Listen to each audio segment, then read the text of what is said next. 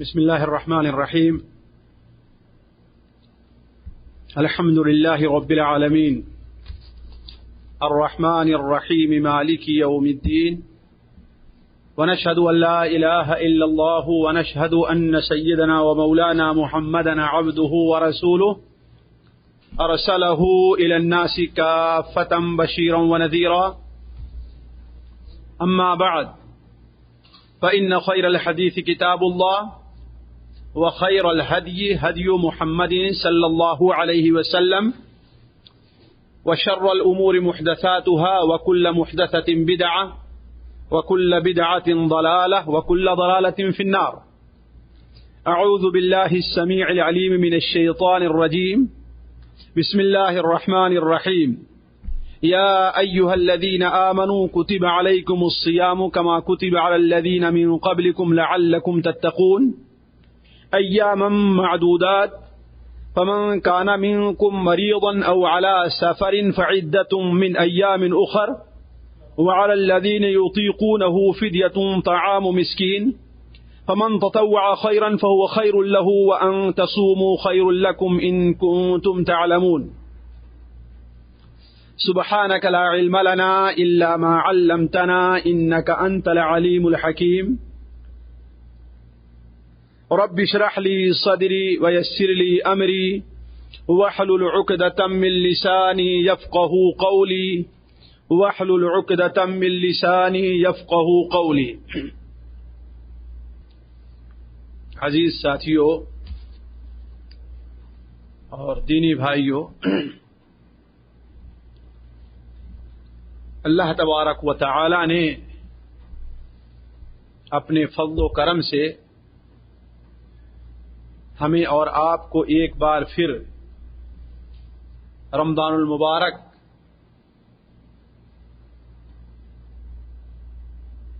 جیسے بابرکت اور رحمت و برکات کے مخزن مہینے سے مستفید ہونے کا موقع عنایت فرما رہا ہے. اللہ تبارک و تعالی سے دعا ہے کہ اللہ تبارک و تعالی ہمیں اور آپ کو رمضان المبارک تک خیریت سے پہنچائے اور اس کی برکتوں اور اس مہینے میں جو اللہ تبارک و تعالی کی رحمتیں ہیں ان سے مکمل طور پر مستفید ہونے کی توفیق عطا فرمائے. ساتھیوں، اللہ تبارک و تعالی نے رمضان المبارک کو بڑے ہی فضائل اور بہت ہی خصوصیات سے نوازا ہے. اس مہینے کی ایک سب سے بڑی فضیلت یہ ہے کہ اللہ تبارک و تعالی نے اسی مہینے میں اپنے سب سے پیارے اور افضل نبی، سب سے عظیم اور سب سے افضل نبی کے اوپر اپنی سب سے پیاری اور محبوب کتاب نازل فرمائی. شہر رمضان الذی انزل فیہ القرآن. رمضان المبارک کا مہینہ وہ مہینہ ہے جس کے اندر اللہ تبارک و تعالی نے قرآن مجید کو نازل فرمایا. مسند احمد میں ہے کہ اللہ کے رسول صلی اللہ علیہ وسلم نے ارشاد فرمایا کہ اللہ تبارک و تعالی نے حضرت ابراہیم علیہ الصلوۃ والسلام کے اوپر جو صحیفے نازل فرمائے وہ رمضان المبارک کی پہلی رات کو نازل فرمائے، اور حضرت موسیٰ علیہ الصلوۃ والسلام پر تورات جو نازل فرمائی وہ رمضان کی 6 تاریخیں جب گزر گئیں، یعنی 7ویں رات کو اللہ نے تورات کو نازل فرمائی.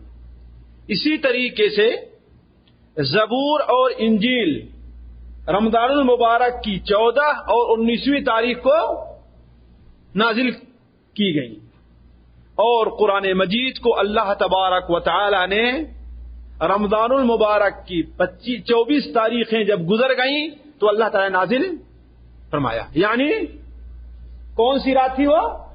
25ویں شب تھی. تو اللہ تبارک و تعالی نے قرآن مجید جیسی عظیم کتاب کو اس مہینے میں نازل فرمایا. اللہ تبارک و تعالی نے اس مبارک مہینے کی یہ خصوصیت رکھی ہے کہ جب اس مہینے کی پہلی رات ہوتی ہے تو اللہ تبارک و تعالی اپنے بندوں کے اکرام میں جنت کے 7 دروازے کھول دیتا ہے، جنت کے 8 دروازے کھول دیتا ہے اور جہنم کے 7 دروازے بند کر دیتا ہے. اور پورے رمضان بھر جنت کا کوئی دروازہ نہیں بند کیا جاتا اور جہنم کا کوئی دروازہ نہیں کھولا جاتا. اللہ تبارک و تعالی نے اس مبارک مہینے کی ایک فضیلت یہ بھی رکھی ہے کہ اس مبارک مہینے کی جب پہلی رات ہوتی ہے تو اللہ تعالی سرکش شیطانوں کو اور جنوں کو جکڑ دیتا ہے تاکہ وہ ہمارے اور آپ کے اوپر اپنا وہ داؤں نہ چلا سکیں جو اور دنوں میں چلا لیتے ہیں. اللہ تبارک و تعالی نے اس مبارک مہینے کی ایک خاصیت یہ بھی رکھی ہے کہ اللہ تبارک و تعالی نے اس مبارک مہینے میں ایک رات ایسی رکھی ہے جو 1000 مہینوں سے بہتر ہے.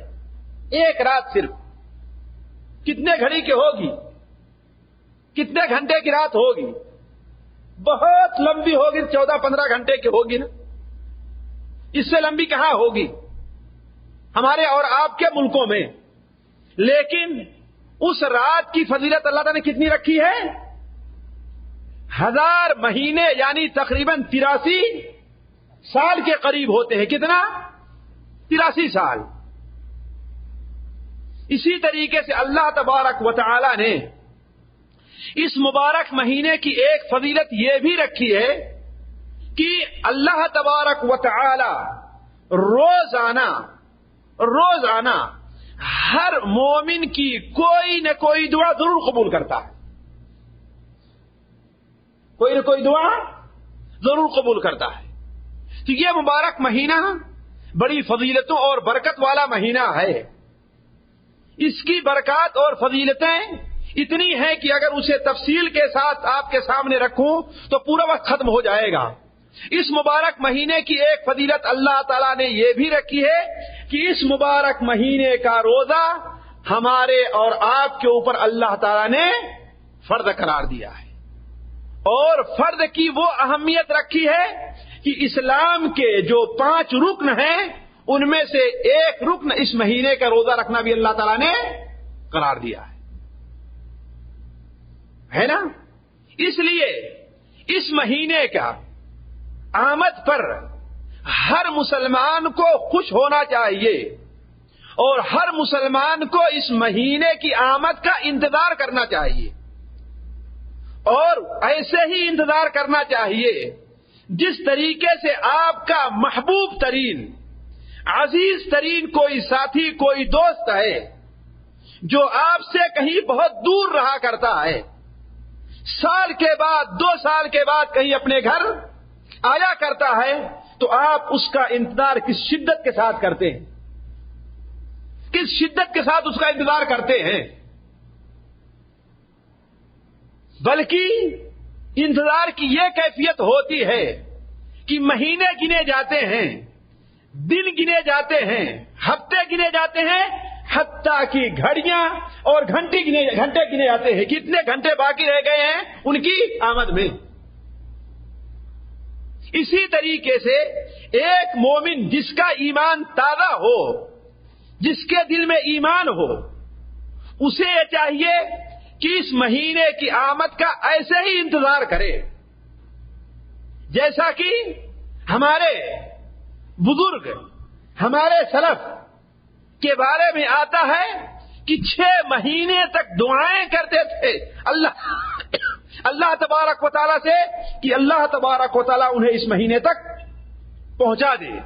اور جب یہ مہینہ آ جایا کرتا تھا تو جس طریقے سے آپ کے نزدیک کوئی نہایت ہی عزیز اور محترم مہمان آ جائے تو آپ سارا کام چھوڑ کر کے، بلکہ ضروری کام چھوڑ کر کے اس کی خدمت میں لگ جایا کرتے ہیں، اسی طریقے سے ہمارے سلف اس مبارک مہینے کی آمد پر اپنے بہت سے ضروری کام کو ترک کر دیا کرتے تھے، حتیٰ کہ امام مالک رحمہ اللہ کے بارے میں آتا ہے کہ وہ حدیث شریف کا درس بھی بند کر دیا کرتے تھے، صرف اس مہینے کی عبادت کے لیے کہ اس مہینے میں اللہ تبارک و تعالیٰ کی عبادت کریں۔ تو ہمارے سلف 6 مہینے تک مستقل اس مہینے کی آمد کا انتظار کیا کرتے تھے۔ تو اس مہینے کا روزہ ہم میں سے ہر شخص کے اوپر چونکہ فرض اور رکن ہے، اس لیے ضروری یہ ہے کہ ہم اور آپ اس روزے کی اہمیت کو جانیں اور اس کے طریقے کو اور اس کے مسائل کو سیکھیں، تاکہ ہمارا اور آپ کا روزہ جو ادا ہو تو وہ اچھے طریقے پر ادا ہو۔ اس لیے ایک چیز ذکر کر دوں، اور بار بار لوگوں سے اور آپ سے بھی ہم نے بیان کیا ہے کہ کوئی بھی عمل انسان کر رہا ہے، اگر وہ عمل کرتے ہوئے انسان 4 چیزیں اپنے ذہن میں رکھ لے، 4 چیزیں اپنے ذہن میں رکھ لے تو وہ عمل اس کے لیے بہت ہی آسان ہو جایا کرتا ہے، اور یہی 4 چیزیں ہم نہیں اس کا لحاظ کرتے، اسی لیے کوئی بھی عمل ہمارے لیے کتنا مشکل ہوا کرتا ہے۔ مثال کے طور پر ہمارے بہت سے بھائیوں پر نماز پڑھنا مشکل ہے کہ مشکل نہیں ہے؟ جماعت سے نماز پڑھنا مشکل ہے کہ مشکل نہیں ہے؟ کتنے ہمارے ایسے بھائی ہیں جو 4 وقت کی نماز بڑی آسانی سے پڑھ لیتے ہیں، لیکن 5ویں وقت کی نماز پڑھنا ان کے لیے مشکل اور بہت مشکل ہو جایا کرتا ہے۔ کیوں؟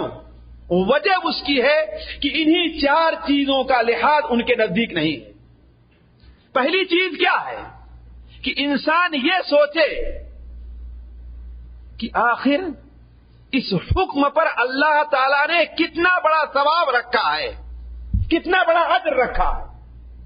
اگر اس چیز کو انسان ذہن میں بیٹھا لے تو اس کے لیے یہ عمل کرنا آسان ہو جائے گا۔ جس طریقے سے یہاں پر ہمارے جو بھائی آئے ہیں، اگر ان کے بارے میں ان سے ان کا کفیل، ان کا سیٹھ یہ کہے کہ تم جتنا کام کرو گے اتنی تمہیں مزدوری ملے گی، جتنے دن کام کرو گے اتنے ہی دن تمہیں مزدوری ملے گی، تو ان کی خواہش ہوگی کہ کاش کے مہینوں کے 30 دن ہمیں کام کرنا پڑے، اور اگر 2 4 6 دن مستقل بیٹھنا پڑ جاتا ہے تو انہیں تکلیف ہوتی ہے نا۔ کیوں؟ اس لیے کہ وہ یہ سمجھتے ہیں کہ ہمیں اس کے عوض جو کچھ ملنے والا ہے وہ نہیں ملے گا۔ یہ یقین ہے نا؟ اگر یہی یقین ہمیں اور آپ کو ہو جائے کہ مثال کے طور پر اس روزے کے اوپر اللہ تعالی نے کتنا بڑا ثواب رکھا ہے، جس کا ذکر ابھی آپ کے سامنے تھوڑی دیر کے بعد میں کروں گا،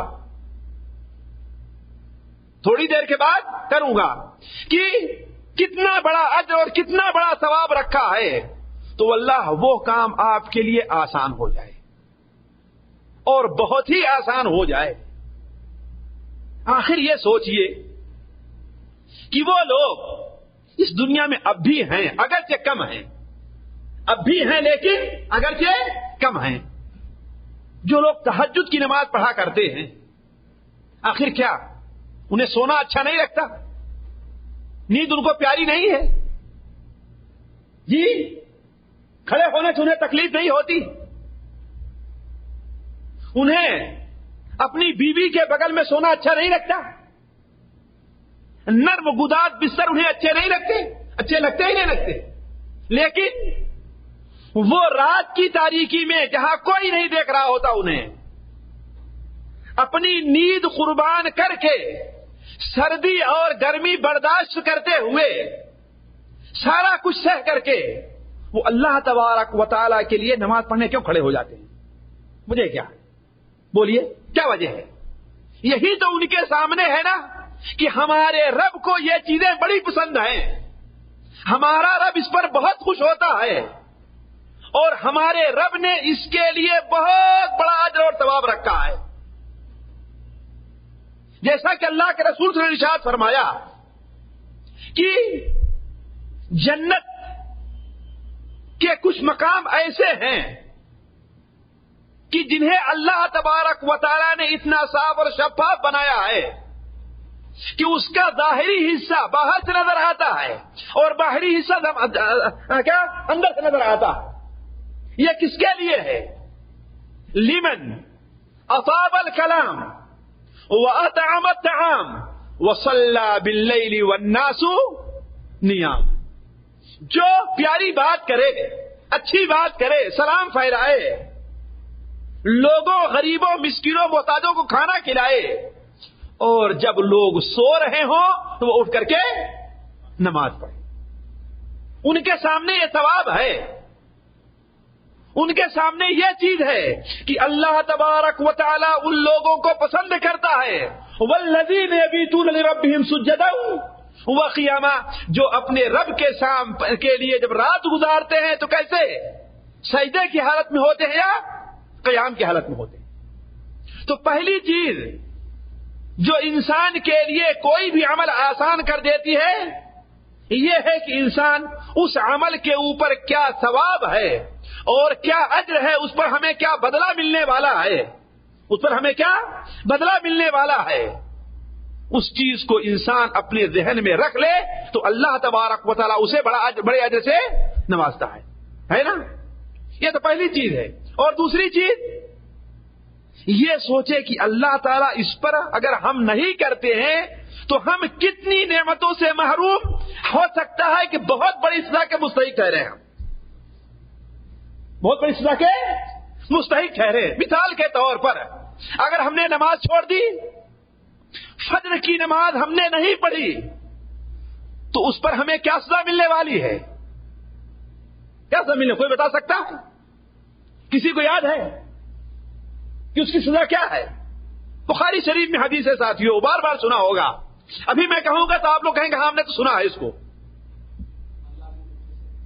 جی سزا کیا ملنے والی ہے؟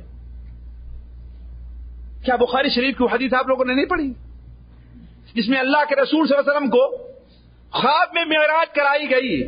حضرت سمرہ ابن جندب بیان کرتے ہیں کہ آپ کا گزر ایسے لوگوں پر ہوا جن کے سروں کو پتھر سے کچلا جا رہا ہے. بہت بڑا پتھر ایک شخص لیے ہوئے ہے اور ڈھیر ہے پتھروں کو وہاں پر. وہ شخص لیٹا ہوا ہے اور وہ شخص اس پتھر کو اٹھا کر اس کے سر پر مارتا ہے اور اتنے زور سے مارتا ہے کہ اس کا سر چکنا چور ہو جایا کرتا ہے اور پتھر دور جاتا ہے. جب اس پتھر کو لانے جاتا ہے تو اتنی دیر میں اس کا سر پھر برابر ہو جاتا ہے. آپ نے آخر میں پوچھا تو کیا بتایا گیا کہ یہ وہ شخص ہے جس کا سر نماز پڑھنے کے لیے بھاری رہا کرتا تھا، یعنی اٹھتا نہیں تھا نماز پڑھنے کے لیے. نماز پڑھنے کے لیے وہ اٹھتا کیسا؟ اللہ غفور الرحیم ہے، اللہ تو معاف کرنے والا ہے. لیکن یہ نہیں کہتے کہ ہاں ہمارا کفیل معاف کرنے والا، اس کی ڈیوٹی کے لیے نہ جائیں.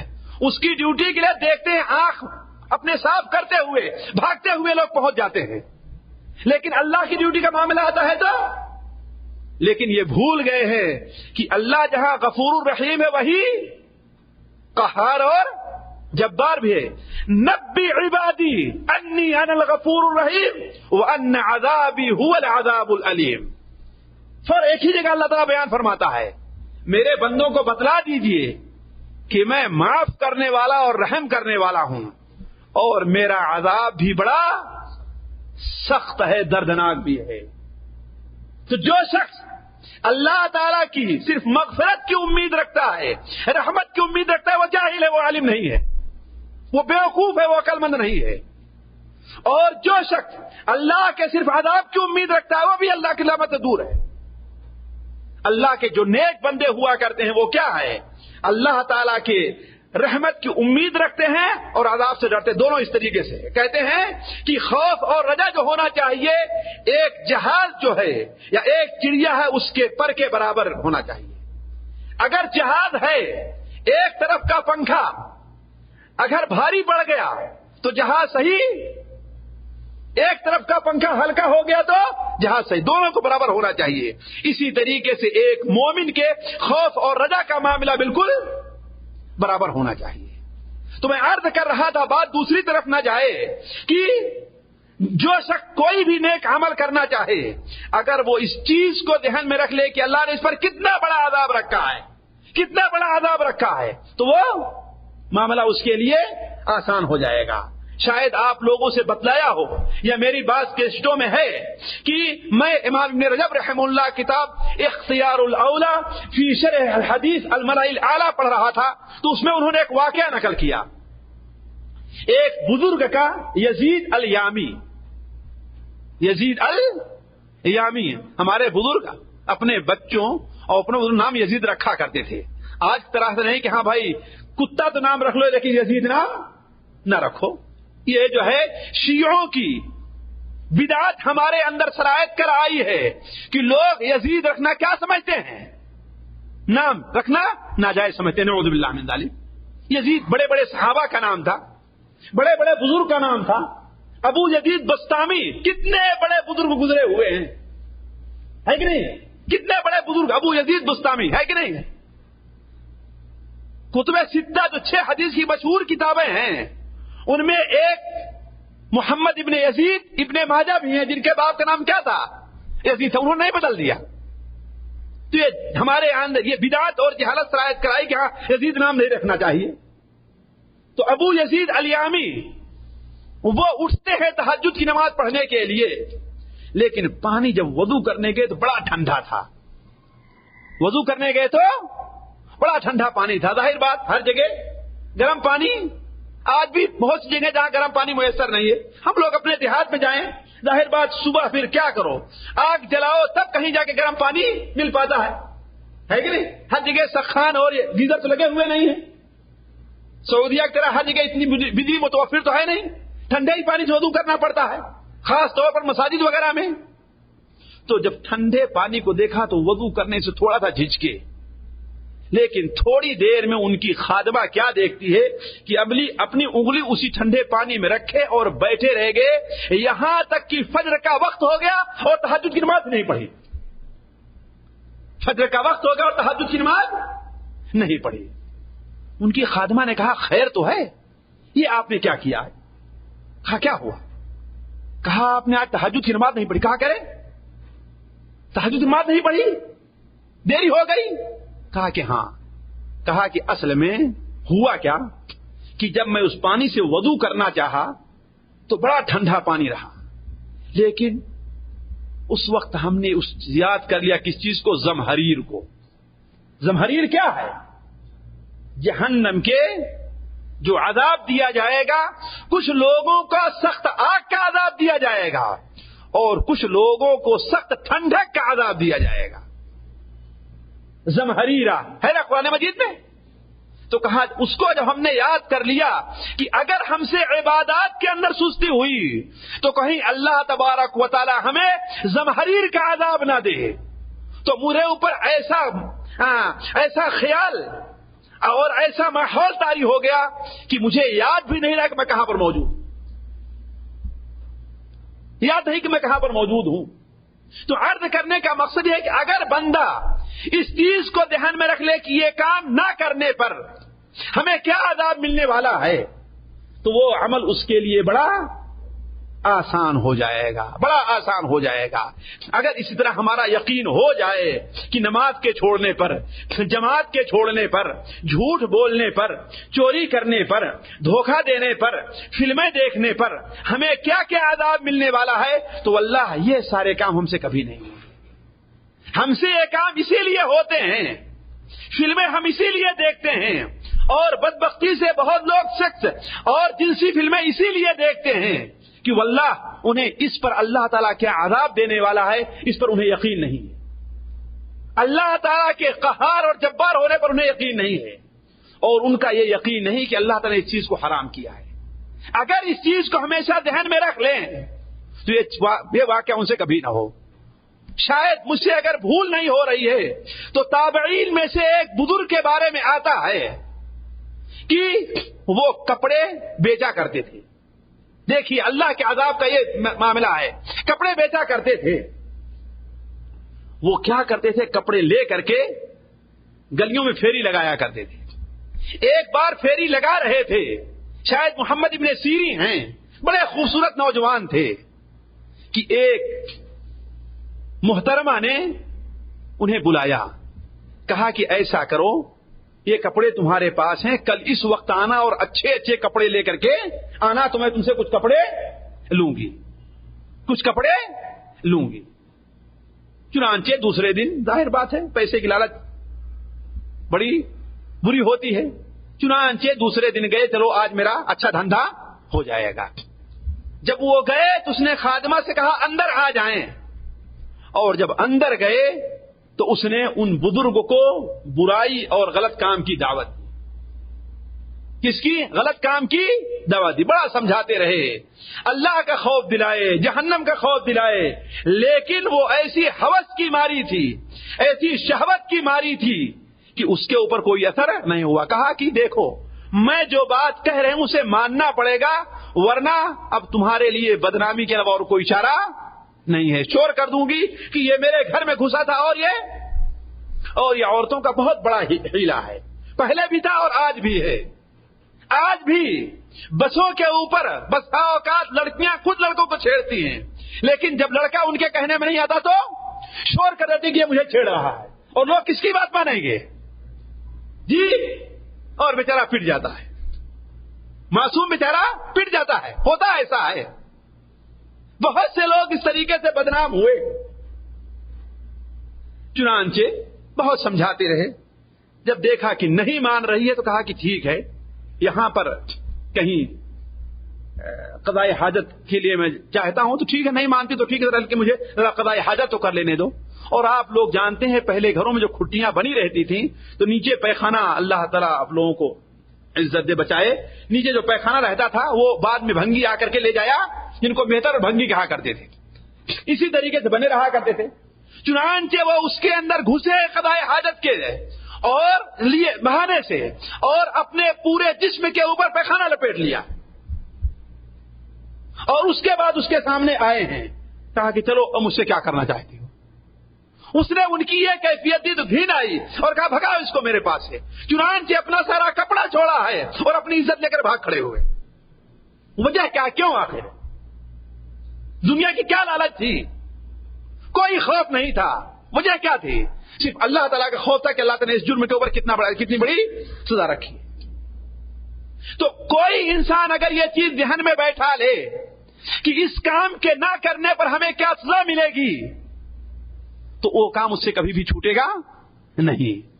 اور تیسری چیز یہ ذہن میں رکھ لے کہ آخر یہ کس کا حکم ہے, کس ذات کا حکم ہے. بڑے آدمی کا جب حکم ہوا کرتا ہے تو لوگ اس کے انکار کی گنجائش رکھتے ہیں انکار گنجائش نہیں رکھتے. وزیر اعظم کا ڈائریکٹ آپ کو حکم آ جائے, آپ کو آرڈر آ جائے, تو اللہ آپ کا پیشاب پخلا سارا بند ہو جائے گا. کسی چیز کی ضرورت آپ محسوس نہیں کریں گے. سب سے پہلے کیا ہے کہ وہ کام پورا کریں.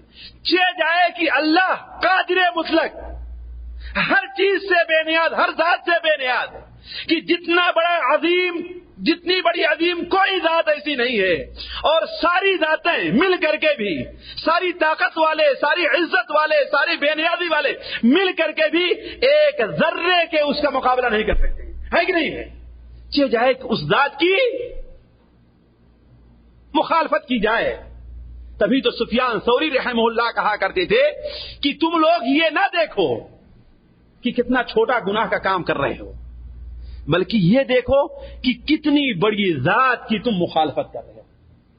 اس چیز کو انسان ذہن میں رکھ لے تو ہر کام اس کے لیے آسان ہے. اور چوتھی چیز یہ ہے کہ انسان یہ دیکھے کہ جس ذات نے مجھے یہ کام کرنے کے لیے کہا ہے وہ دیکھ بھی رہا ہے, وہ دیکھ بھی رہا ہے. آپ کو آپ کے مدیر یا کفیل طرف سے ایک کام کا آرڈر ہو, وہ نہیں دیکھ رہا ہے تو آپ چاہے جیسے الٹا سیدھا کر کے اسے فرصت لے لیں, ہے کہ نہیں. اور اگر کھڑا ہو کر کے دیکھ رہا ہو تو کس قدر حساب سے آپ بنائیں گے اسے, ہے کہ نہیں ہے؟ تو یہ دیکھیں کہ اللہ تعالیٰ نے ہمیں جو حکم دیا ہے وہ ہمیں دیکھ بھی رہا ہے کہ ہم کیا کر رہے ہیں. اگر ان 4 چیزوں کا انسان مشاہدہ اپنے ذہن میں رکھ لے، یہ 4 باتیں، تو دنیا کا کوئی بھی کام اس کے لیے مشکل نہیں ہے. تو اسے یہ کہنا پڑے گا جو نیپولین بدبخت کہا کرتا تھا کہ impossible is found in the dictionary of fool. ناممکن بیوقوفوں کی لغت میں پایا جاتا ہے، عقل مندوں کی لغت میں ناممکن کوئی چیز نہیں. تو مومن کی شان یہ ہونا چاہیے کہ جس چیز کے کرنے کا اللہ نے حکم دیا ہے وہ چیز کرنا ناممکن نہیں ہے. جیسے آج بہت سے لوگ کہہ دیتے ہیں بھائی یہ کام ہم سے نہیں ہو پتا، میں کیا کروں، بڑی کوشش کرتا ہوں فجر کی نماز نہیں پڑھی جاتی. ہوتا ہی نہیں ہوتا. یہ کیا ہو رہا ہے؟ اس لیے کہ اللہ کی عظمت کا اور اللہ کی حقیقت کا انہیں پتا نہیں. تو ساتھیوں میں کہہ رہا کہ یہ اس مبارک مہینے کا روزہ ہمارے اور آپ کے اوپر جب فرض ہے تو ضروری یہ ہے کہ ہم اور آپ اس کے طریقے اور اس کے احکام کو سیکھیں تاکہ بالکل صحیح طور پر اسے ادا کیا جا سکے، سچے طور پر ادا کیا جا سکے. اللہ کے رسول صلی اللہ علیہ وسلم مسند ابو یعلا کے اندر حدیث ہے کہ آپ کسی مردے کو جہاں دفن کیا اس کی قبر کھودی جا رہی تو آپ وہاں پر پہنچے. حضرت عائشہ رضی اللہ تعالیٰ راوی، آپ وہاں پر پہنچے. آپ نے کہا ذرا دیکھو قبر ادھر تھوڑی سیدھے کر دو، دیکھو یہاں اونچا ہے یہاں نیچا کر دو، یہ دیکھو اس کو برابر کر دو. صحابہ کرام نے کہا کہ آج تو اللہ کے رسول صلی اللہ علیہ وسلم بڑا اہتمام کر رہے ہیں. کہا کہ دیکھو مجھے معلوم ہے کہ اس سے مردے کا کوئی فائدہ نہیں ہے، مردے کو کوئی فائدہ نہیں ہے، زیادہ کشادہ رہے زیادہ لمبی رہے اونچا نیچا اسے کوئی فائدہ نہیں ہے. لیکن ان اللہ یحب، اللہ تبارک و تعالی پسند کرتا ہے کہ اگر کوئی شخص کوئی کام کرے تو اچھا کر کے دے. ان یتقنہ، یہ کہ اتقان اور اچھی طریقے سے کرے، ورنہ میں جانتا ہوں کہ اس سے مردے کا کوئی فائدہ نہیں. تو جو عبادت ہمارے اوپر فرض ہے ہم سے مطالبہ ہے کہ ہم اچھی طریقے سے کر کے دیں. اور جب اچھی طریقے سے کب کریں گے؟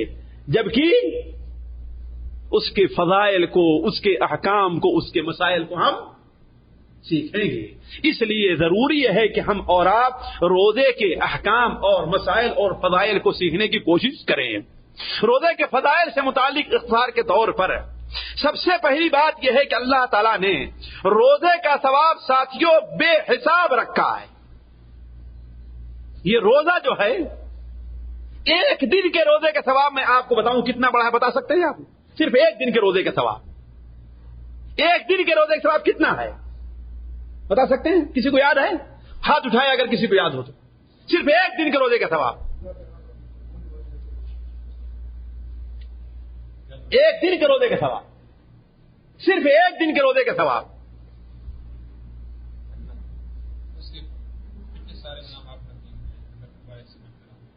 صرف ایک دن کے روزے کا ثواب. صحیح بخاری شریف میں حضرت ابو سعید خدری کی روایت ہے اور صحیحین کے علاوہ حضرت ابو امامہ رضی اللہ عنہ کی روایت ہے کہ اللہ کے رسول صلی اللہ علیہ وسلم نے ارشاد فرمایا کہ اللہ کی رضا کے لیے جو شخص ایک دن کا روزہ رکھتا ہے اللہ تعالیٰ اس کے بیچ اور جہنم کے بیچ اتنی دوری کر دیتا ہے جتنی دوری آسمان اور زمین کے بیچ میں. صرف ایک دن کا روزہ ہے. حضرت ابو امامہ کی روایت میں اس کے بیچ اور جہنم کے بیچ میں اتنی بڑی خندق حائل ہو جاتی ہے جتنی خندق کو 70,000 سال میں پورا کیا جا سکے.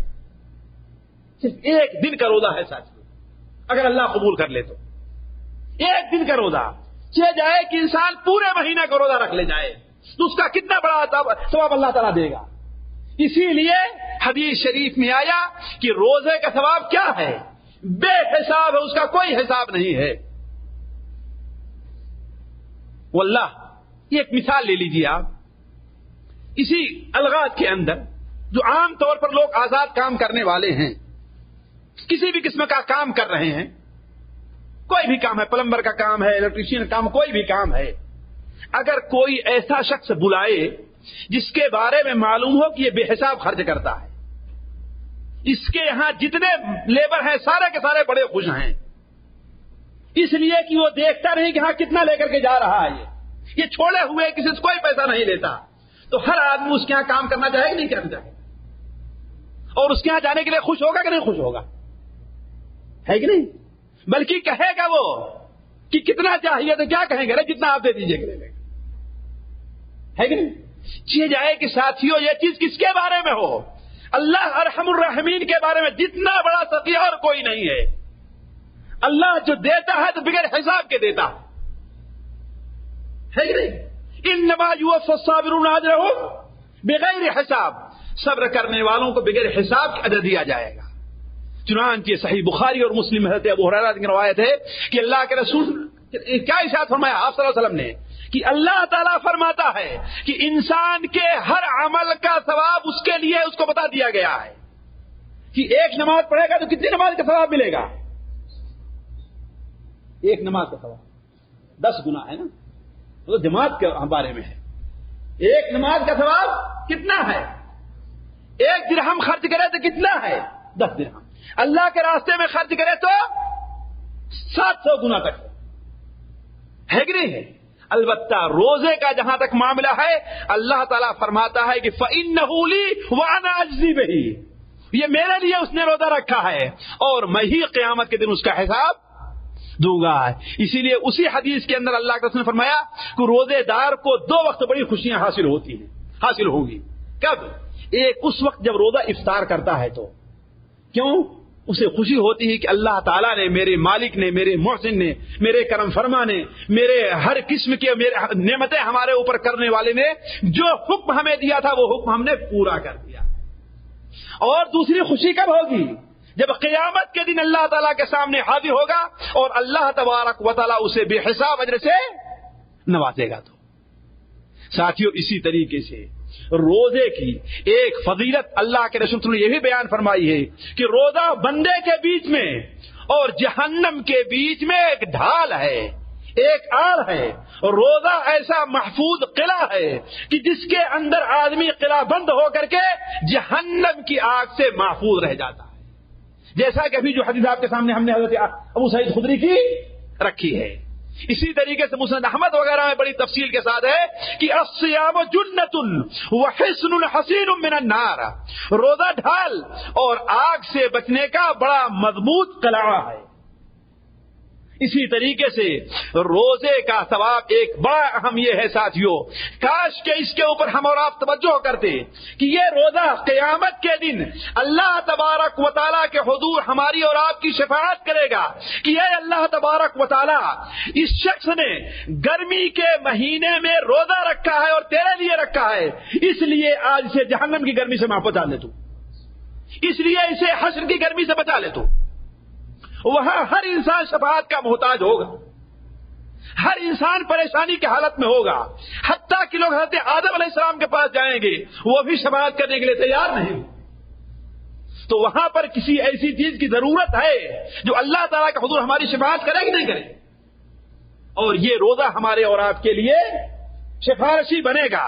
اللہ کے رسول صلی اللہ علیہ وسلم کا فرمان حضرت عبداللہ ابن عمر نقل کرتے ہیں، مسند احمد وغیرہ میں ہے کہ آپ صلی اللہ علیہ وسلم نے ارشاد فرمایا الصیام والقرآن یشفعان العبد یوم القیامہ، روزہ اور قرآن، روزہ دن میں روزہ ہے اور رات میں تراویح کے اندر قرآن سننا ہے نا، یہ نہیں کہ 2 رکعت پڑھے اور چلے گئے، یہ نہیں کہ کرائے کے حافظ جی کو لے آئے، حافظ جی کو ہے نا، حافظ صاحب کو نہیں، کس کو؟ حافظ جی کو، کرائے کے حافظ جی کو لے کر کے آئے اور 10 دن میں پورا قرآن یعلمون تعلمون سن لیا، معاملہ ختم۔ اب پورے مہینے تراویح نہیں پڑھنی، ہوتا ہی نہیں ہوتا ہے، یہ تماشا اور کھیل ہے۔ یہ قرآن ہمارے اور آپ کے لیے شفاعت کرنے والا نہیں بنے گا۔ تو القرآن الصیام والقرآن یشفعان العبد یوم القیامہ، روزہ اور قرآن، اس لیے ایک دن میں روزہ رکھنا ہے اور رات میں قرآن مجید کی تلاوت کرنی ہے۔ یہ دونوں قیامت کے دن بندے کی شفاعت اللہ تعالیٰ کے حضور کریں گے۔ روزہ کیا کہے گا؟ جی روزہ کیا کہے گا؟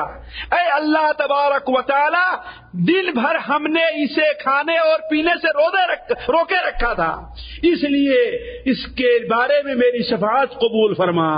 اور قرآن کہے گا اے اللہ تبارک و تعالی، رات میں اسے سونے سے ہم نے روکے رکھا تھا، اسے جگائے رکھا تھا، اس لیے اس کے بارے میں میری شفاعت کو قبول فرما۔ پھر آپ نے فرمایا کہ ان دونوں کی شفاعت قبول بھی کی جائے۔ اللہ تعالیٰ نے روزے کو کے اندر بڑی فضیلتیں رکھی ہیں. اس طرف نہ جا کر کے میں چند باتیں آپ کو روزے کے مسائل سے متعلق کہتا ہوں، اس لیے کہ روزے کے فضائل اگر آپ کے سامنے رکھتا رہوں تو پورا وقت اسی میں ختم ہو جائے گا. جس طریقے سے بار بار سنا ہوگا روزے کی ایک فضیلت ہے، یہ بھی ہے کہ اللہ تعالیٰ روزے داروں کے لیے ایک جنت کا ایک دروازہ ہی خاص کر رکھا ہے. جنت کا دروازہ جیسا کہ بخاری شریف کے اندر ہے کہ جنت کا ایک دروازہ ہے جس کا نام کیا ہے؟ ریان ہے. اس سے کون داخل ہوں گے؟ صرف روزے دار لوگ داخل ہوں گے. جب داخل ہو گئے تو اس دروازے کو بند کر دیا جائے گا، کوئی دوسرا اسے داخل نہیں ہو پائے گا. ساتھیوں، روزے کے مسائل سے متعلق چند باتیں یہ ہیں کہ سب سے پہلے یہ دیکھیں کہ رمضان المبارک کا روزہ، جیسے ہم نے کہا فرض کس مہینے کا روزہ ہے؟ رمضان المبارک کا روزہ ہے. لیکن رمضان المبارک کی آمد ہمیں معلوم کیسے ہو؟ یہ نہ کہیں کہ بھائی ہمیں تو اعلان ہو جاتا ہے اور پتہ چل جایا کرتا ہے.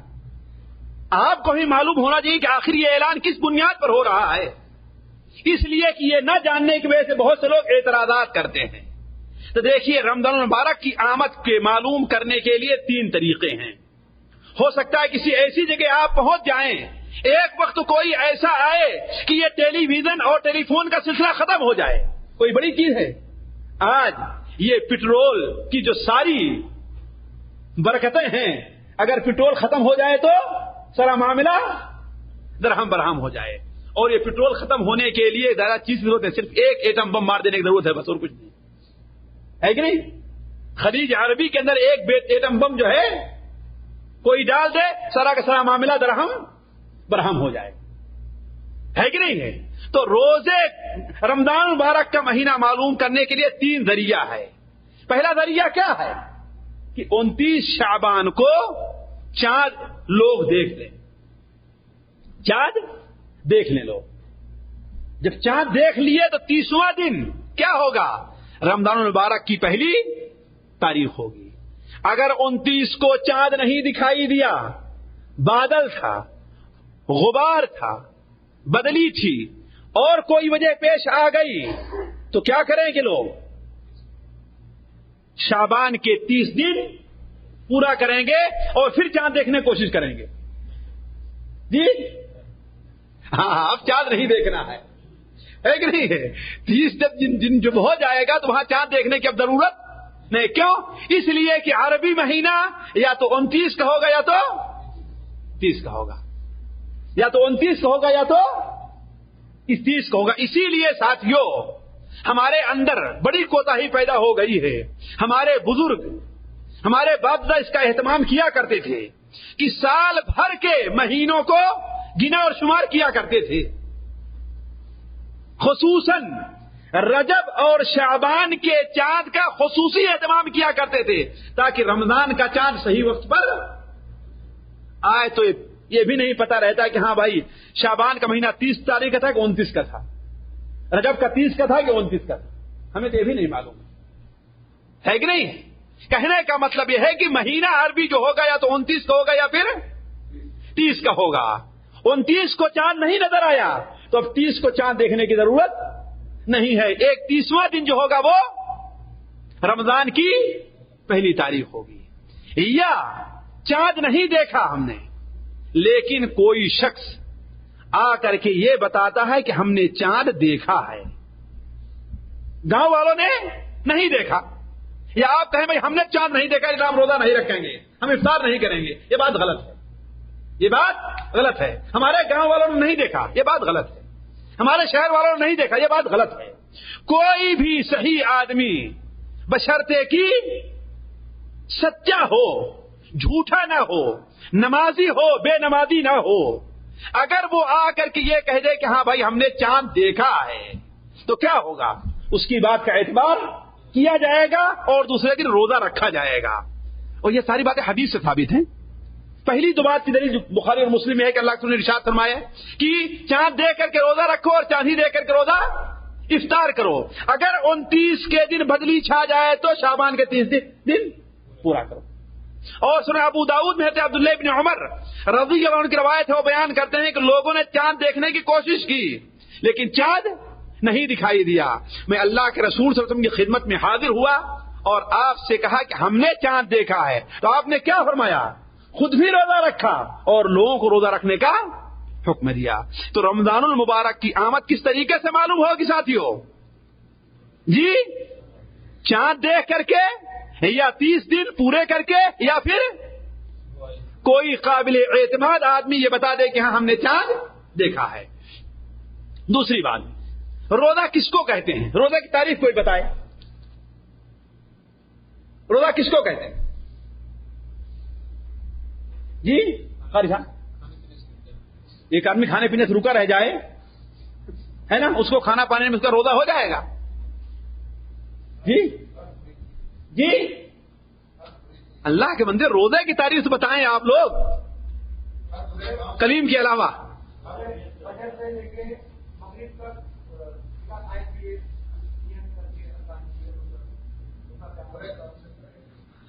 ہاں، یعنی آپ نے کافی حد تک بتایا ہے، صبح سے شام تک، صبح سے شام تک اللہ تبارک و تعالی کی رضا کے لیے، صبح سے شام تک اللہ تبارک و تعالی کی رضا کے لیے کھانے پینے اور روزے کو توڑنے والی ہر چیز سے رکے رہنے کا نام کیا ہے؟ روزہ ہے کہ نہیں؟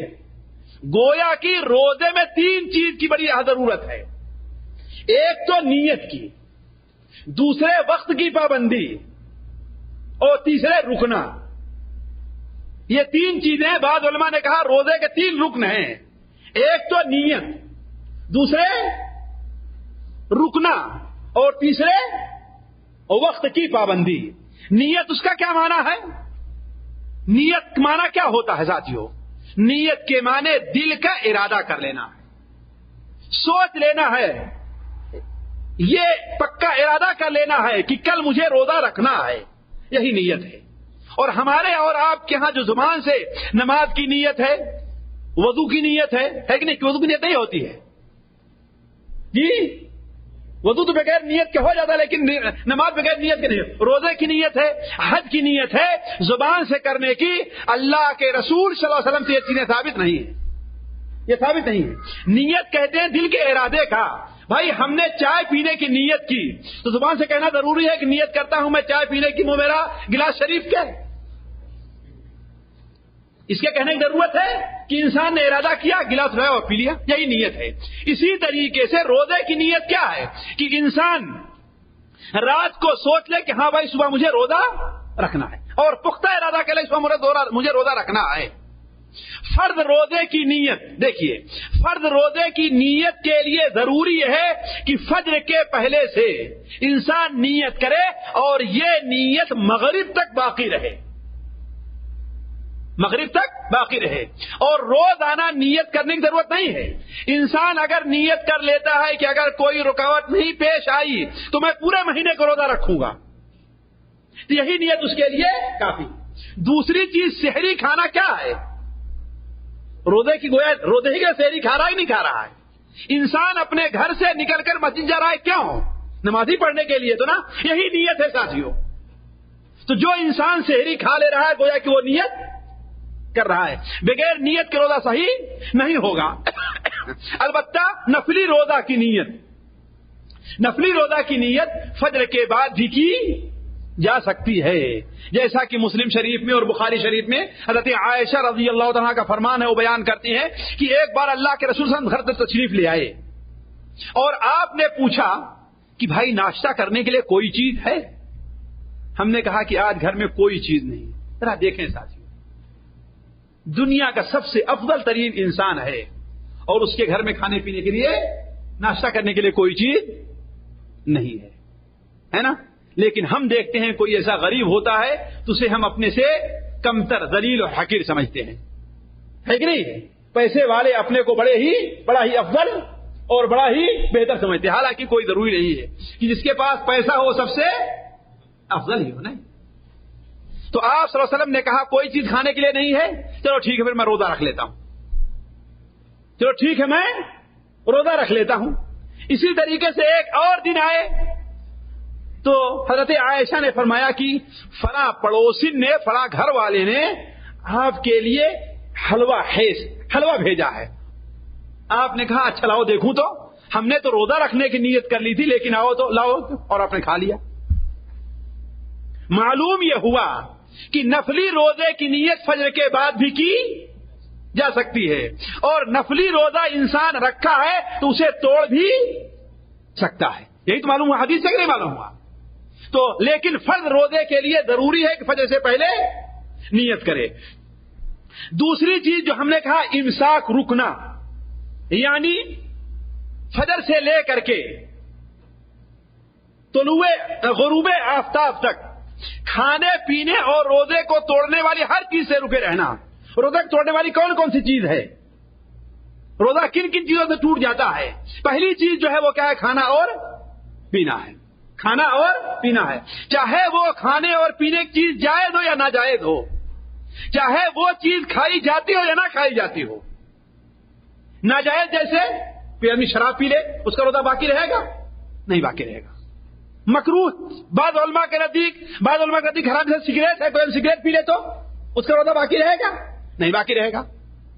جائز چیز ظاہر بات مانو پانی پی لے، کھانا کھا لے، اور وہ چیز کھا لے جو چیز کھائی اور پی نہیں جاتی ہے، کوئی مٹی کھا لے، کوئی پتھر کھا لے، اس کا روزہ رہے گا؟ نہیں رہے گا۔ تو کوئی بھی چیز کھا لی جائے، خواہ وہ چیز کھانا جائز ہے یا ناجائز ہے، وہ چیز غذا ہے یا غذا نہیں ہے، اس کے کھانے سے روزہ ٹوٹ جائے گا۔ اور اگر کسی نے ایسا کر لیا روزے کی حالت میں تو اس کے اوپر اولاً تو گناہ ہے، توبہ کرے وہ، دوسرا کام یہ ہے کہ اس دن کی قضا کرے، تیسرا کام یہ ہے کہ تیسرا کام کیا ہے؟ باقی دن میں اب کچھ کھائے پیے نہیں، اب کچھ کھائے پیے نہیں۔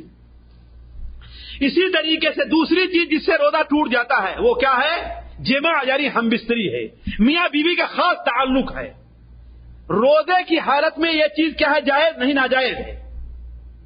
اب اگر کوئی آدمی ایسا کر لیتا ہے تو اس کی کیا سزا ہے؟ اولاً تو اس کا روزہ فاسد ہو گیا، باطل ہو گیا۔ دوسرے یہ کہ اب وہ برابر کھائے گا پیے گا نہیں، بلکہ بھوکے ہی رہے گا۔ تیسری چیز یہ ہے کہ اللہ تعالیٰ سے توبہ کرے۔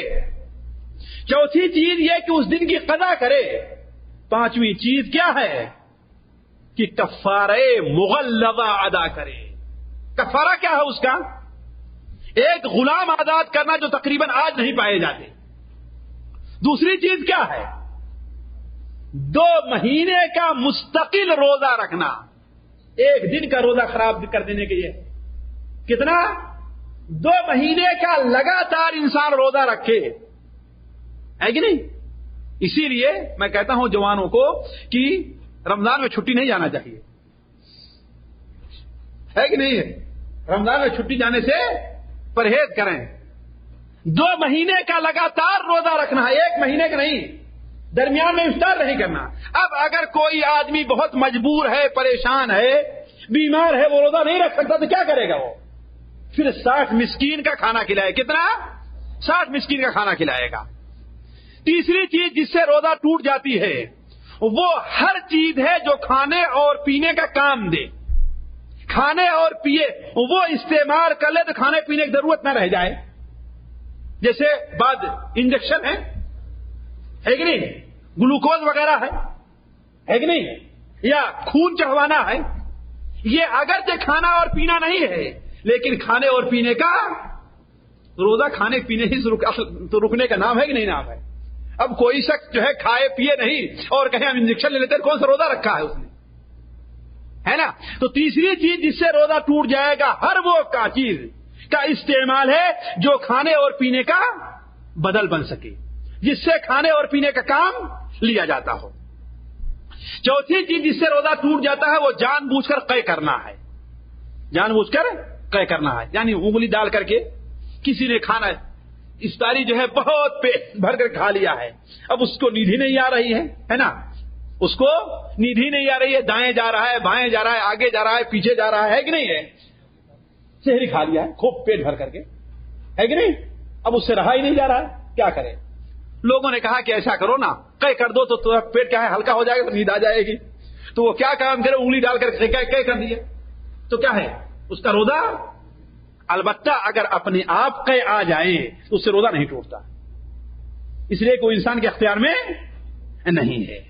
پانچویں چیز شہوت سے منی کا خارج کرنا ہے، خواہ ہینڈ پریکٹس کے ذریعے سے ہو یا جان بوجھ کر کے کسی گندی تصویر، کسی گندے منظر کو دیکھ کر کے ہو، اس سے بھی روزہ ٹوٹ جاتا ہے۔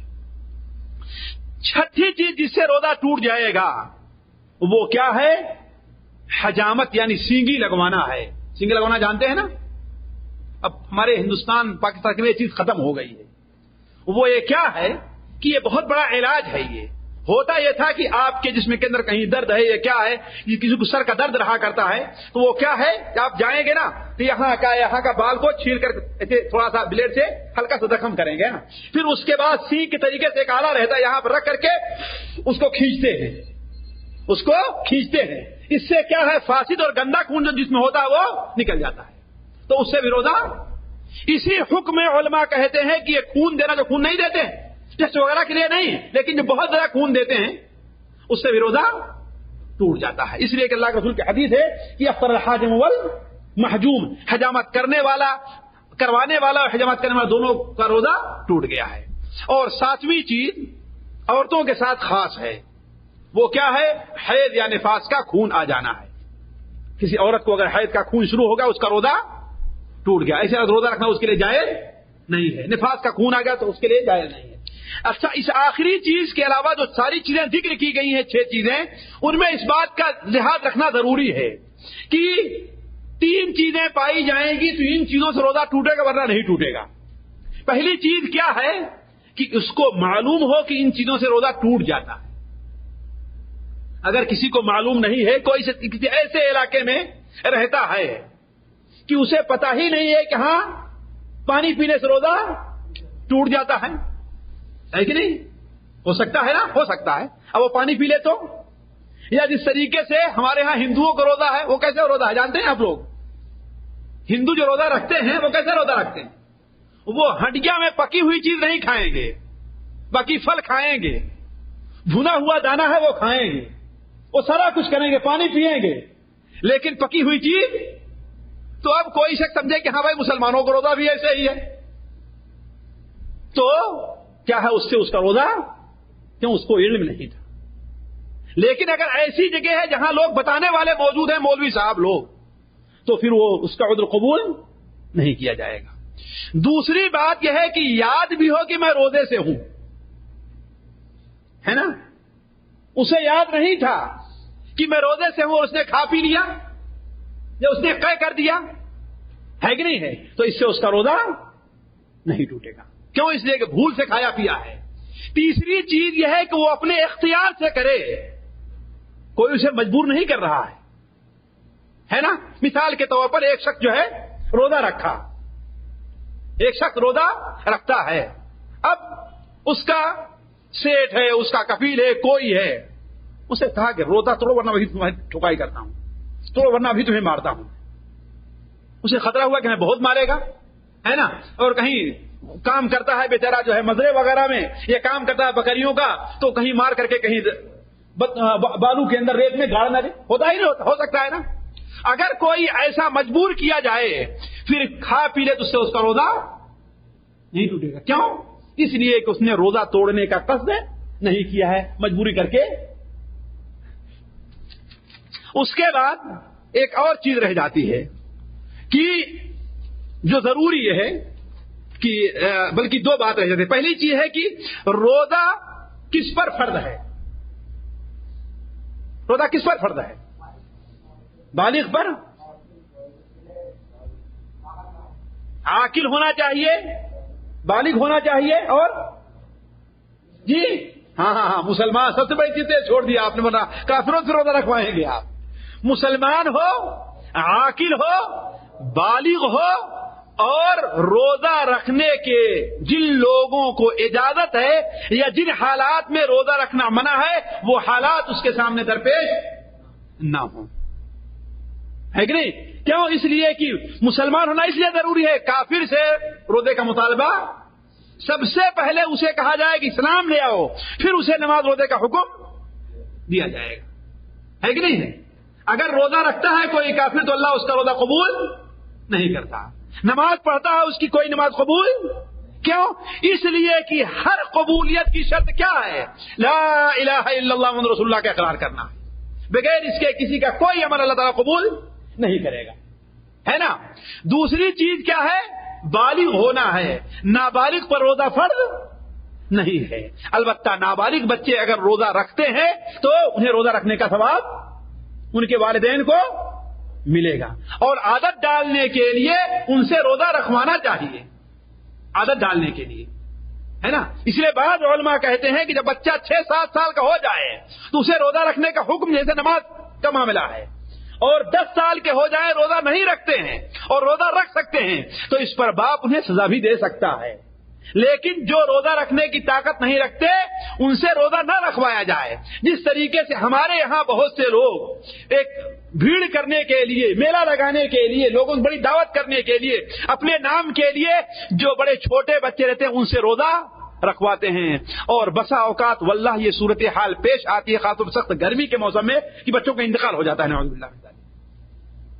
یہ چیز ناجائز اور حرام ہے، بلکہ ایسے باپ کے اوپر تو دیت واجب ہے، اسے دیت دی جائے کہ بچے کا قتل کیا ہے اسے.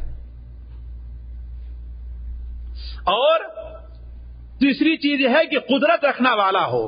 جس کے پاس روزے کی قدرت نہیں ہے، مثال کے طور پر ایک شخص ہے، عاقل بھی ہے، بالغ بلکہ بوڑھا ہو گیا ہے، لیکن اتنا بوڑھا ہو گیا ہے کہ روزہ نہیں رکھ سکتا، قدرت نہیں ہے، تو وہ روزہ نہ رکھے گا. البتہ اپنی طرف سے ایک مسکین کو کھانا کھلائے گا. اور معنی یا اجازت ہو، مثال کے طور پر عورت اگر عاقل بالغ ہے لیکن حائضہ ہے تو روزہ نہیں رکھے گی، یا جس حالت میں روزہ کی اجازت، جیسے مسافر ہے تو اسے روزہ توڑنے کی اجازت ہے، یا مریض ہے اسے روزہ توڑنے کی اجازت ہے. آخری بات جو آج کی مجھے 2-1 منٹ میں کہنی ہے وہ یہ ہے کہ دیکھیے، روزہ دار کے لیے کچھ آداب ہے جس کا لحاظ رکھنا بہت ضروری ہے. کچھ آداب واجب ہیں اور کچھ آداب مستحب ہیں. واجبی آداب میں یہ ہے کہ روزے دار کو ہر قولی اور فعلی عبادات جو اللہ نے بندے پر واجب کی ہے اسے بجا لانا چاہیے. مثال کا فرض نمازیں ہیں، یہ نہیں کہ روزہ رکھے اور فرض نماز نہ پڑھے، روزہ رکھے اور جماعت سے نماز نہ پڑھے. ایسے روزے کا کوئی فائدہ نہیں ہے، ایسے روزے کا کوئی فائدہ نہیں ہے، بلکہ بے نمازی کا کوئی روزہ اللہ کے نزدیک قبول نہیں ہے، کوئی روزہ قبول نہیں ہے. کیوں؟ مسلم شریف میں اللہ کے رسول صلی اللہ علیہ وسلم کا فرمان ہے کہ 5 وقت کی نمازیں اور ایک جمعہ دوسرے جمعہ اور ایک روزہ ایک رمضان دوسرے رمضان تک کے گناہوں کا کفارہ ہے، بشرطے کہ انسان گناہ کبیرہ سے بچتا رہے. بھلا بتائیے نماز چھوڑنے سے بڑا گناہ کبیرہ اور کون ہوگا؟ شرک کے بعد سب سے بڑا گناہ کیا ہے؟ نماز کا چھوڑ دینا ہے. اسی طریقے سے ہر وہ چیز جس سے اللہ تعالیٰ نے منع فرمایا ہے اس سے رک جائے، جیسے جھوٹ بولنا ہے، غیبت اور چغلی کرنا ہے، دھوکہ دینا ہے، گانا سننا ہے، فلمیں دیکھنا ہے. ان تمام چیزوں سے انسان کو رک جانا چاہیے. اس لیے کہ ساتھیوں سب سے آسان روزہ کیا ہے؟ کھانے اور پینے سے رک جانا ہے. اور سب سے مشکل روزہ یہ ہے کہ ہر اس چیز سے رک جائے جس سے رکنے کا اللہ تعالیٰ نے حکم دیا ہے. تبھی تو اللہ کے رسول کا ارشاد ہے کہ روزہ یہ نہیں ہے کہ کھانے اور پینے سے رک جایا جائے. روزہ یہ ہے کہ انسان اپنے آنکھ کو بھی روزہ رکھوائے، اپنی زبان کو بھی روزہ رکھوائے، اپنے کان کو بھی روزہ رکھوائے. اسی طریقے سے وہ آداب جو روزے کی حالت میں مستحب ہیں وہ یہ ہے کہ سحری کھانا ہے، سحری کھانا ہے. اللہ کے رسول صلی اللہ علیہ وسلم کی حدیث بخاری اور مسلم میں ہے کہ تسحروا فإن فی السحور برکہ، سحری کھاؤ اس لیے کہ سحری کھانے میں اللہ نے برکت رکھی ہے. اللہ کے رسول صلی اللہ علیہ وسلم نے اسے مبارک کھانا قرار دیا ہے. اللہ کے رسول نے یہ بیان فرمایا ہے کہ سحری کھانے والوں کے لیے فرشتے دعائیں کرتے ہیں.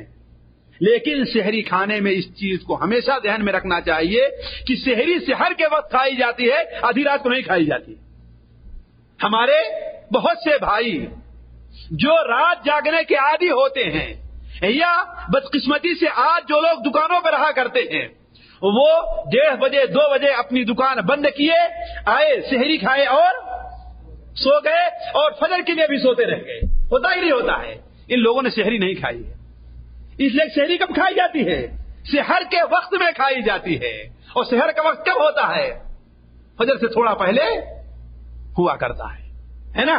تو سحری کھاؤ اس لیے کہ سحری کھانے میں برکت ہے.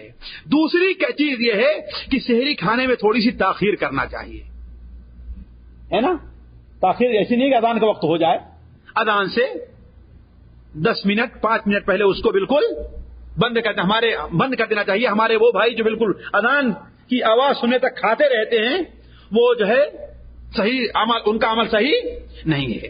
اسی طریقے سے افطاری میں جلدی سے کام لینا چاہیے، لیکن جلدی کا یہ معنی نہیں ہے کہ سورج غروب ہونے سے پہلے ہی افطار کر لیا جائے. آپ مثال کے طور پر باہر ہیں، دیکھ رہے ہیں کہ سورج کی ٹکیا ڈوب گئی ہے، لیکن لوگوں نے اذان نہیں دی، تو کیا کریں گے؟ آپ اذان کا انتظار کریں گے؟ نہیں، آپ فوراً افطار کر لیجیے، جیسے کہ آپ دیکھ رہے ہیں. اس لیے ہمارے یہاں جو 5 منٹ 3 منٹ احتیاط، یہ احتیاط کوئی شرعی چیز نہیں ہے. اسی طریقے سے روزے کی حالت میں قرآن مجید کی تلاوت کثرت سے اور ذکر و دعا کے اندر مشغول رہنا چاہیے، جس قدر دعائیں انسان کر سکے. اس لیے کہ اللہ تعالیٰ نے فضیلت اس مہینے کو دی ہے کہ اللہ تبارک و تعالیٰ کی طرف سے ہر رات کو ایک پکارنے والا پکارتا ہے، یا باغی الخیر اقبل و یا باغی الشر اقصر. اے نیکی کرنے والے اور نیکی کرتا جا، اور اے برائی کرنے والے برائی سے تو رک جا. اور آپ نے فرمایا کہ اللہ تعالیٰ ہر مسلمان کی ایک دعا روزانہ ضرور قبول کرتا ہے. ہم میں شہرت محتاج ہے ساتھیوں، کسی کو بیماری ہے، کسی کے پاس گھر نہیں ہے، کسی کی نوکری صحیح نہیں ہے، کوئی اپنے کفیل سے پریشان ہے، کوئی اپنے گھر والوں سے پریشان ہے، کوئی اپنے بیوی بچوں سے پریشان ہے. تو اس مبارک مہینے کو غنیمت کیوں نہیں سمجھتا ہے، اور غنیمت سمجھ کر کے اپنی مغفرت کیوں نہیں کرا لیتا؟ اسی طریقے سے کثرت سے اس مبارک مہینے میں نفلی نماز اور صدقہ اور خیرات کا اہتمام کرنا چاہیے. اس لیے کہ بعض عبادات اگر مبارک جگہ میں کی جائے اور مبارک وقت میں کی جائے تو اس کا ثواب بڑھ جاتا ہے. جس طریقے سے آپ اس مسجد میں نماز پڑھیں اور مسجد نبوی میں نماز پڑھیں، دونوں میں کچھ فرق ہے نہیں؟ فرق ہے. اس مسجد میں نماز پڑھیں اور کھانے کا نماز پڑھیں، دونوں میں فرق ہے نا. کیوں؟ اس لیے کہ وہ جگہ یہاں سے.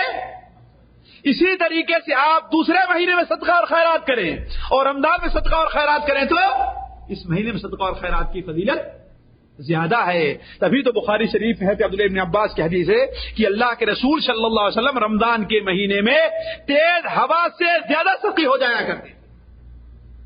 تو یہ چند باتیں ہیں جو رمضان مبارک کے آمد سے کے وقت میں آپ لوگوں کے سامنے ہم نے رکھا. اللہ تعالیٰ سے دعا ہے کہ اللہ تعالیٰ ان باتوں پر ہمیں عمل کرنے کی توفیق عطا فرمائے، ہم تمام مسلمانوں کو عمل کرنے کی توفیق دے، ہمارا اور آپ کا یہاں پر اکٹھا ہونا قبول کرے. اللہ تعالیٰ سے دعا ہے کہ اللہ تعالیٰ جس طریقے سے اب تک ہمیں اور آپ کو صحت و عافیت سے رکھا، جو ایک دن باقی ہے رمضان مبارک میں، صحت و عافیت سے رکھے اور رمضان مبارک سے مکمل طور پر ہمیں مستفید ہونے کی توفیق عطا فرمائے.